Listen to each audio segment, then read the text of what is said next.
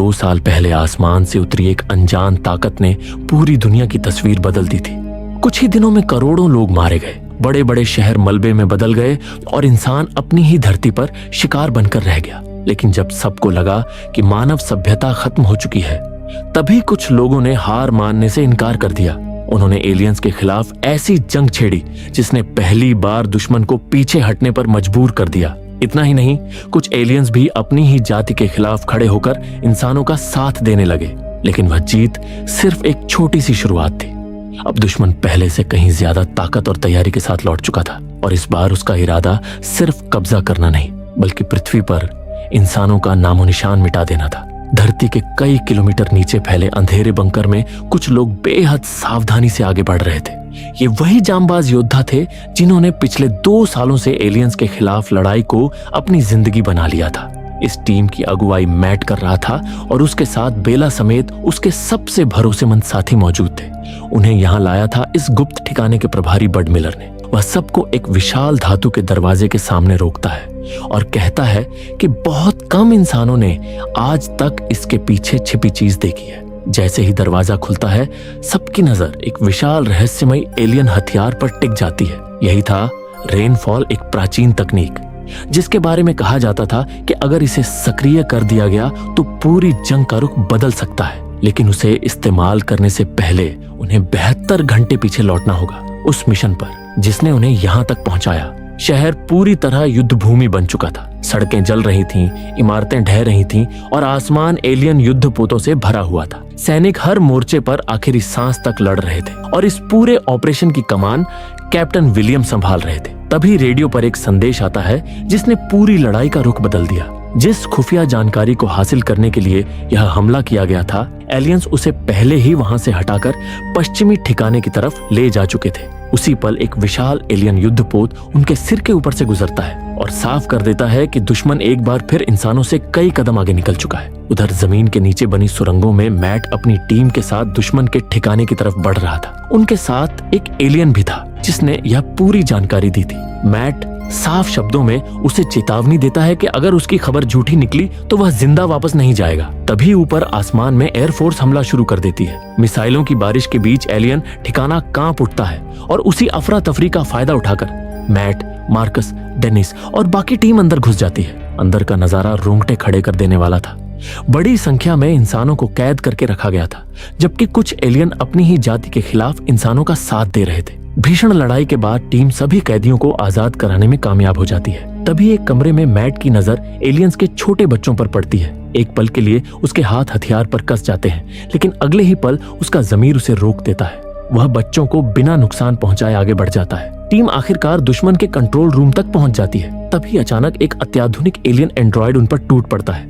उसकी ताकत के सामने कोई टिक नहीं पाता। तभी डेनिस अपनी जान जोखिम में डालकर उसकी पीठ पर विस्फोटक लगा देता है। अगले ही पल जबरदस्त धमाका होता है और पूरा एंड्रॉयड टुकड़ों में बिखर जाता है। उसी समय बाहर एयरफोर्स लगातार एलियन युद्धपोतों और आसमान छूती उनकी विशाल संरचनाओं पर बम बरसा रही थी। दुश्मन की रक्षा पंक्ति लगभग टूट चुकी थी और ज्यादातर कैदियों को सुरक्षित बाहर निकाल लिया गया था। लेकिन तभी अंतिम आदेश आता है, पूरे इलाके को तुरंत तबाह कर दिया जाए। एक पायलट हिचकिचाते हुए याद दिलाती है कि नीचे उनके अपने एलियन साथी भी मौजूद हैं। फिर भी आदेश नहीं बदला जाता। अगले ही पल दर्जनों बम एक साथ गिरते हैं और पूरा इलाका आग के समंदर में बदल जाता है। इसके बाद कहानी ऑस्ट्रेलिया के सिडनी शहर पहुंचती है, जहां हालात पहले से भी ज्यादा भयावह हो चुके थे। शहर का बड़ा हिस्सा खंडहर बन चुका था और आसमान को चीरती विशाल एलियन संरचनाएं लगातार लेजर हमले करके बची हुई मानव सभ्यता को मिटाने में लगी थी। ऐसा लग रहा था मानो पृथ्वी पर इंसानों का आखिरी अध्याय शुरू हो चुका हो।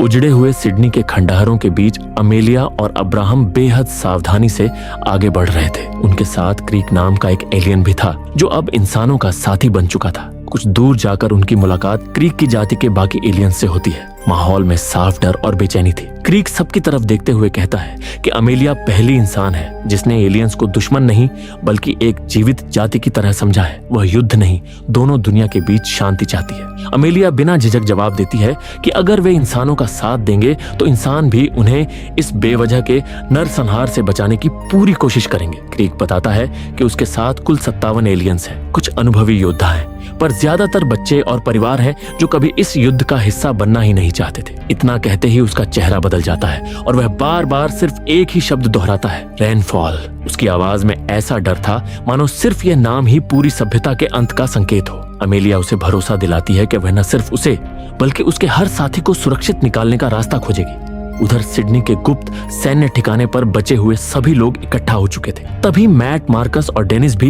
मिशन पूरा करके वहां पहुंचते हैं। मैट अपने हाथ में उस शक्तिशाली एलियन एंड्रॉइड का हेलमेट लिया था जिसे कुछ देर पहले उन्होंने बड़ी मुश्किल से नष्ट किया था। वह बिना समय गवाए आदेश देता है कि इस हेलमेट की तुरंत जांच शुरू की जाए। शायद पहली बार इंसानों के हाथ ऐसी तकनीक लगी थी जिससे दुश्मन के रहस्य खोले जा सकते थे। कुछ ही देर बाद सभी बड़े सैन्य अधिकारी मीटिंग रूम में इकट्ठा होते हैं। विंग कमांडर डेनियल गंभीर आवाज में बताते हैं कि यूरोप और अमेरिका दोनों से संपर्क किया गया था, पर वहां की हालत भी सिडनी से अलग नहीं है। परमाणु हथियार तक एलियंस का कुछ नहीं बिगाड़ सके। उनकी सेना लगातार बढ़ती जा रही है और उत्तर दिशा से उनका मुख्य कमांड शिप भी तेजी से आगे बढ़ रहा है। अगर वह यहाँ पहुंच गया तो सिडनी को बचाना नामुमकिन हो जाएगा।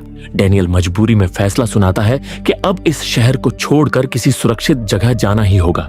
यह सुनते ही अब्राहम विरोध करता है। उसकी आंखों में गुस्सा और दर्द दोनों थे। वह कहता है कि पिछले 1 साल से वे हर दिन अपनी जान जोखिम में डालकर नागरिकों को बचा रहे हैं। लाखों लोग पहले ही मारे जा चुके हैं, अब बाकी लोगों को भी छोड़ देना उसके लिए नामुमकिन है। पर डेनियल भारी मन से जवाब देता है कि वह अपने आखिरी पायलट भी इस लड़ाई में नहीं गंवा सकता और अब एयरफोर्स और मदद नहीं करेगी। तभी अमेलिया सबको रोकते हुए कहती है कि पिछले कई महीनों में जितने भी अच्छे एलियंस उससे मिले वे सभी सिर्फ एक नाम सुनकर डर जाते थे, रेनफॉल।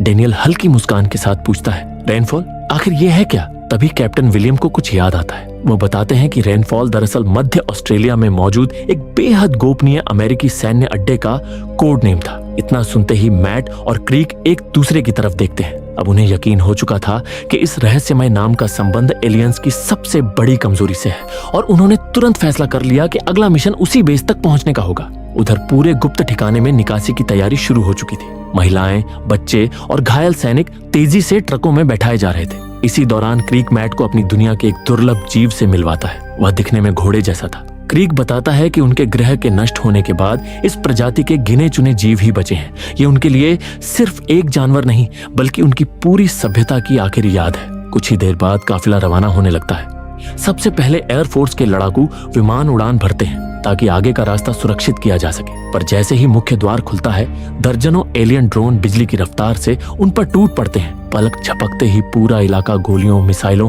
और धमाकों से गूंज उठता है। सबसे आगे चल रही गाड़ी में कैप्टन विलियम भारी मशीन गन से लगातार जवाबी हमला कर रहे थे, जबकि पीछे वाले ट्रक में मैट और क्रीक दुश्मनों को रोकने में जुटे थे। तभी एक विशाल एलियन यान पीछे चल रहे ट्रक पर सीधा हमला कर देता है। विस्फोट इतना जबरदस्त था कि ट्रक की पूरी छत हवा में उड़ जाती है। उसी ट्रक में डेनिस और उसके साथी मौजूद थे। डेनिस तुरंत रेडियो पर मदद मांगता है। उसकी आवाज साफ बता रही थी कि अगर कुछ सेकंड और देर हुई तो कोई भी जिंदा नहीं बचेगा। यह संदेश मिलते ही एयरफोर्स का एक फाइटर जेट बिजली की रफ्तार से नीचे आता है। वह एलियन यानों पर मिसाइलों की बारिश कर देता है और कुछ ही पलों में ट्रक को उस घातक घेरे से बाहर निकाल देता है। किसी तरह पूरा काफिला वहां से निकलने में कामयाब हो जाता है, पर असली खतरा अभी बाकी था। भूमिगत ठिकाने के अंदर अमेलिया, अब्राहम और दर्जनों महिलाएं व बच्चे अभी भी निकासी की कोशिश कर रहे थे। तभी अचानक एलियंस को उनके इस गुप्त अड्डे का पता चल जाता है। बिना किसी चेतावनी के चारों तरफ से हमला शुरू हो जाता है। अमेलिया और अब्राहम बच्चों को तेजी से ट्रकों में चढ़ाने लगते हैं। तभी पूरी सुरंग जोर जोर से कांपने लगती है और ऊपर से मलबा गिरने लगता है। ऐसा लग रहा था मानो पूरा बंकर किसी भी पल उनके ऊपर दफन हो जाएगा। इसी अफरा तफरी के बीच रेडियो पर एक ऐसी खबर आती है जिसने सबकी सांसें रोक दी। अंतरिक्ष से एक अज्ञात विशाल वस्तु अविश्वसनीय रफ्तार से सीधे सिडनी की ओर बढ़ रही थी। अब भागने के अलावा कोई रास्ता नहीं बचा था। सारे ट्रक पूरी रफ्तार से शहर से बाहर निकलने लगते हैं और अगले ही पल वह रहस्यमय विशाल वस्तु सिडनी के ठीक बीचों बीच आकर टकरा जाती है। इतना भयानक विस्फोट होता है कि पूरी धरती कांप उठती है। देखते ही देखते सिडनी हमेशा के लिए राख में बदल जाता है। अगर वे कुछ मिनट और देर कर देते तो वहां मौजूद एक भी इंसान जिंदा नहीं बचता। उधर मैट, क्रीक और मार्कस अब उस रहस्यमयी अमेरिकी सैन्य अड्डे के बेहद करीब पहुंच चुके थे, जिसका नाम सुनते ही अच्छे एलियंस तक सहम जाते थे। यहां से आगे किसी भी गाड़ी का जाना असंभव था। इसलिए तीनों उन दुर्लभ घोड़े जैसे जीवों पर सवार होकर वीरान घाटियों की तरफ बढ़ने लगे। रास्ते भर चारों ओर तबाही ही तबाही फैली थी। कहीं विशाल एलियन युद्ध पोतों के जले हुए ढांचे पड़े थे तो कहीं इंसानी फाइटर जेट्स का मलबा। ऐसा लग रहा था मानो इस युद्ध में कोई जीता ही नहीं, सिर्फ मौत बची हो। उधर अमेलिया और अब्राहम बाकी बचे लोगों के साथ सिडनी से सैकड़ों किलोमीटर दूर ब्लू माउंटेन्स पहुंच चुके थे। पहाड़ों के भीतर छिपा यह विशाल भूमिगत सैन्य अड्डा इंसानों की आखिरी सुरक्षित शरणस्थली था। इसका आकार इतना विशाल था कि इसके अलग अलग सेक्शनों के बीच हेलीकॉप्टर उड़ाकर आवाजाही की जा रही थी। फिलहाल यहाँ मौजूद सभी लोग सुरक्षित थे और सबसे बड़ी राहत की बात यह थी कि एलियंस को अब तक इस गुप्त ठिकाने का कोई पता नहीं चला था। कुछ देर बाद विंग कमांडर डेनियल अमेलिया और अब्राहम को पूरे बेस का जायजा कराते हुए बताते हैं कि यह जगह 1950 के दशक से एक गुप्त रिसर्च सुविधा थी, पर युद्ध शुरू होने के बाद इसे दुनिया के सबसे सुरक्षित सैन्य अड्डों में बदल दिया गया। डेनियल गंभीर आवाज में कहता है कि अब वे आखिरी लड़ाई की तैयारी कर रहे हैं। अच्छे एलियंस की तकनीक की मदद से इंसानी हथियारों को पहले से कहीं ज्यादा शक्तिशाली बनाया जा रहा है और अगली लड़ाई ही तय करेगी कि पृथ्वी इंसानों की रहेगी या हमेशा के लिए एलियंस की। उधर मैट, क्रीक और मार्कस आगे बढ़ ही रहे थे कि उनकी नजर एक दिल दहला देने वाले दृश्य पर पड़ती है, जहां एलियंस दर्जनों बेबस इंसानों को बेरहमी से मार रहे थे। तीनों बिना देर किए उन्हें बचाने का फैसला करते हैं। योजना के मुताबिक क्रीक खुद सामने जाकर दुश्मनों का ध्यान अपनी तरफ खींच लेता है और उसी पल मैट और मार्कस पीछे से हमला बोल देते हैं। गोलियों और धमाकों के बीच क्रीक एक एलियन यान पर कब्जा कर लेता है और उड़ान भर देता है, पर मैट पीछे छूट जाता है। तभी उसकी नजर दूसरे एलियन यान पर पड़ती है और बिना एक पल गंवाए वह छलांग लगाकर उसके नीचे लटक जाता है। दूसरी तरफ मार्कस लगातार फायरिंग करते हुए एक यान को मार गिराता है, पर दूसरा यान अब भी उनका पीछा कर रहा था। तेज रफ्तार उड़ान के बीच मैट किसी तरह ऊपर चढ़ता है। हवा का दबाव उसे बार बार नीचे फेंकने की कोशिश कर रहा था, पर आखिरकार वह कॉकपिट तक पहुंच जाता है और बिना समय गंवाए अंदर एक ग्रेनेड फेंक देता है। अगले ही पल भीषण विस्फोट होता है और पूरा यान हवा में ही आग का गोला बनकर बिखर जाता है। रात पूरी तरह उतर चुकी थी और अगला आदेश मिलने में अभी करीब 10 घंटे बाकी थे, इसलिए तीनों एक सुनसान इलाके में रुककर इंतजार करने लगते हैं। चारों तरफ अजीब सन्नाटा पसरा था। आसमान में लगातार बिजली चमक रही थी और ऐसा लग रहा था मानो प्रकृति भी आने वाले किसी बड़े तूफान की चेतावनी दे रही हो। उसी जगह कई एलियंस के कंकाल ऊंचे खंभों से लटकाए गए थे। शायद बहुत पहले उन्हें मारकर बाकी दुश्मनों को डराने के लिए यहाँ टांगा गया था। तभी अचानक झाड़ियों के भीतर कुछ भारी सरकने की आवाज गूंजती है और तीनों फौरन हथियार तान लेते हैं। क्रीक की आवाज कांप उठती है। क्रीक धीमे स्वर में बताता है कि यह उनकी दुनिया का सबसे खूंखार शिकारी जीव है जो सिर्फ शिकार के लिए निकलता है और उनके साथ मौजूद दोनों दुर्लभ जानवर उसी का पसंदीदा शिकार है। इतना सुनना था कि सामने की पहाड़ी पर एक विशाल परछाई उभर आती है और कुछ ही सेकंड बाद एक राक्षसी मकड़ी जैसा जीव धीरे धीरे नीचे उतरने लगता है। उसका आकार इतना विशाल था कि उसके सामने इंसान चींटी जैसे लग रहे थे। तीनों एक साथ उस पर गोलियां बरसाना शुरू कर देते हैं, पर सारी गोलियां उसके मोटे कवच से टकराकर बेअसर गिर जाती है। मैट तुरंत पास खड़े एलियन यान की तरफ दौड़ता है ताकि ऊपर से हमला कर सके, पर उससे पहले ही एक जोरदार धमाका होता है और पूरा यान उसकी आंखों के सामने उड़ जाता है। उसी धुएं के बीच कई शक्तिशाली एलियन एंड्रॉइड दिखाई देते हैं। क्रीक बिना एक पल सोचे अकेला ही उनके सामने खड़ा हो जाता है ताकि मैट और मार्कस बच सके। उधर विशाल शिकारी जीव अब उन दोनों दुर्लभ जानवरों की तरफ बढ़ रहा था जिन्हें वे साथ लाए थे। मार्कस लगातार फायरिंग करता है, पर तभी वह राक्षस एक भयानक वार करता है और मार्कस कई मीटर दूर जा गिरता है। अब वह जीव सीधे उसके ऊपर झपटने वाला था कि मैट पूरी ताकत से उस पर गोलियां चलाता है। गुस्से में वह राक्षस दिशा बदलकर मैट की तरफ दौड़ पड़ता है और एक लंबी छलांग लगाकर उसके ऊपर टूट पड़ता है। मैट की मौत अब बस एक सांस दूर थी कि तभी अचानक उस दैत्य के शरीर के टुकड़े हवा में बिखर जाते हैं। मैट हैरानी से पीछे मुड़कर देखता है पीटर और बेला सही वक्त पर वहां पहुंच चुके थे। अगर वे कुछ सेकंड भी देर कर देते तो मैट अब तक मर चुका होता। दूसरी तरफ ब्लू माउंटेन्स बेस में अमेलिया की बेचैनी लगातार बढ़ती जा रही थी। जब वे यहाँ पहुंचे थे तब उनके साथ कई अच्छे एलियंस भी थे, पर अब उनमें से एक भी कहीं दिखाई नहीं दे रहा था। अमेलिया को शक होने लगा कि कहीं विंग कमांडर डेनियल ने उनके साथ धोखा तो नहीं किया। सच्चाई जानने के लिए वह डेनिस की मदद से चुपचाप बेस के सबसे प्रतिबंधित हिस्से की ओर बढ़ जाती है, जहां आम लोगों का जाना पूरी तरह मना था। उधर पीटर और बेला मैट और उसके साथियों को पहाड़ों के बीच बने अपने सुरक्षित ठिकाने पर ले आते हैं। मैट उन्हें बताता है कि उनका मिशन रेनफॉल का सच जानना है। हालात को देखते हुए पीटर सभी से हथियार जमा करवा लेता है और मैट भी बिना विरोध अपने हथियार सौंप देता है। इधर ब्लू माउंटेन्स बेस में अमेलिया चुपके से प्रतिबंधित रिसर्च लैब तक पहुंच जाती है, जहां उसे एलियंस से हासिल किया गया जैविक हथियार यानी बायो वेपन दिखाई देता है। वह तुरंत समझ जाती है कि इसका इस्तेमाल पूरी एलियन जाति के खिलाफ किया जाने वाला है। डेनिस को खबर देने की कोशिश में उससे एक उपकरण गिर जाता है और वह भागते हुए बेस के भूमिगत हिस्से में पहुंच जाती है, जहां इंसानों का साथ देने वाले अच्छे एलियंस, यहां तक कि उनके बच्चों को भी कैद कर बेरहमी से प्रताड़ित किया जा रहा था। अमेलिया उन्हें छुड़ाने की कोशिश करती है, पर सैनिक उसे पकड़ लेते हैं। सच्चाई सामने आने पर अब्राहम को भी डेनियल की योजना का पता चल जाता है, पर उसे रोकने की हर कोशिश नाकाम रहती है। हालात इतने बिगड़ जाते हैं कि वह डेनियल को पद से हटाने का फैसला करता है। तभी कैप्टन विलियम अपने सैनिकों के साथ पहुंचकर डेनियल और उसके आदमियों को काबू में कर लेते हैं। उसी समय पूरे बेस में खतरे का सायरन गूंज उठता है। एलियंस का विशाल कमांड शिप बेस के ऊपर पहुंच चुका था और हमला शुरू हो जाता है। दूसरी तरफ मैट, पीटर और बाकी साथी आखिरकार उस अमेरिकी बेस तक पहुंच जाते हैं जहां रेनफॉल का रहस्य छिपा था। पूरा बेस वीरान पड़ा था। अंदर उन्हें एक इंसान और उसका एलियन साथी मिलता है। शुरुआत में वह सच्चाई छिपाने की कोशिश करता है, पर मैट का इरादा देखकर आखिरकार उन्हें बेस के अंदर ले जाने के लिए तैयार हो जाता है। इधर ब्लू माउंटेन्स बेस पर एलियन कमांड शिप लगातार हमला कर रहे थे। तभी पूरे बेस की बिजली चली जाती है और एलियंस की तरफ से संदेश आता है कि अगर अमेलिया को उनके हवाले कर दिया जाए तो बाकी लोगों की जान बच सकती है। अमेलिया किसी और को खतरे में नहीं डालना चाहती, इसलिए खुद बाहर चली जाती है। बेस के बाहर पूरा जंगल राख बन चुका था। आसमान एलियन युद्धपोतों से भरा था और हजारों सैनिक चारों तरफ तैनात थे। कुछ ही देर में एलियंस की नेता सामने आती है। उसे अपने साथियों पर हुए अत्याचारों का पता चल चुका था, पर बातचीत शुरू होने से पहले ही वह अब्राहम पर घातक हमला कर देती है और एक पल में युद्ध फिर भड़क उठता है। कैप्टन विलियम तुरंत जवाबी हमला शुरू कर देते हैं, जबकि एलियन कमांड शिप बेस के मुख्य द्वार पर लगातार लेजर बरसाने लगते हैं। अफरा तफरी का फायदा उठाकर डेनियल खुद को छुड़ा लेता है और लड़ाकू विमानों में बायो वेपन लोड करने का आदेश दे देता है।